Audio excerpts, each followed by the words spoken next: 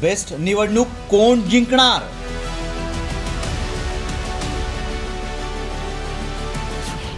ठाकरेंच्या युतीची पहिली कसोटी.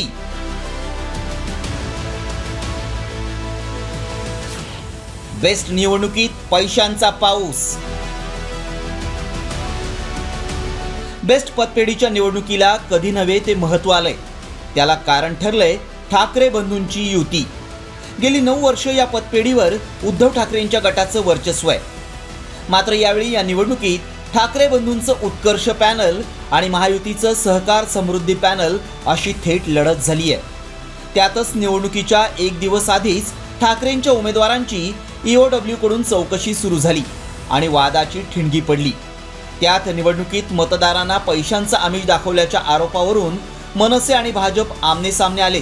आमचे सदस्य श्री दत्तात्रय बेळणेकर यांच्या घरी समृद्धी पॅनलचं हे पॅम्पलेट आलं आणि या पॅम्पलेटच्या आतमध्ये हे एक एन्व्हलप होतं. ते एन्व्हलप उघडलं तर त्याच्यामध्ये या 500च्या 2 नोटा या त्या एन्व्हलपमध्ये होत्या. इतक्या घाणेरड्या पद्धतीने जर या निवडणुका लढवल्या जाणार असतील तर मला असं वाटतं याच्यावर आयुक्तांनी तातडीने कारवाई करण्याची गरज आहे. संदीप देशपांडेंना संजय राऊत नावाचा चावला असेल.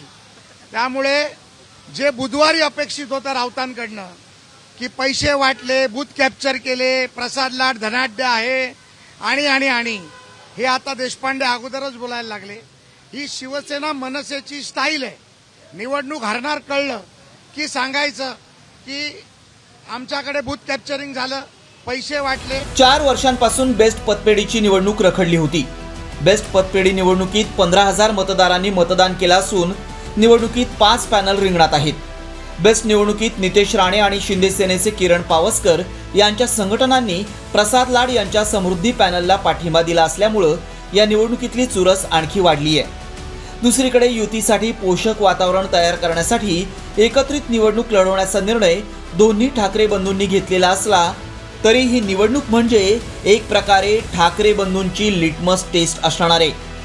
गणेश कवडे, साम टीव्ही न्यूज, मुंबई.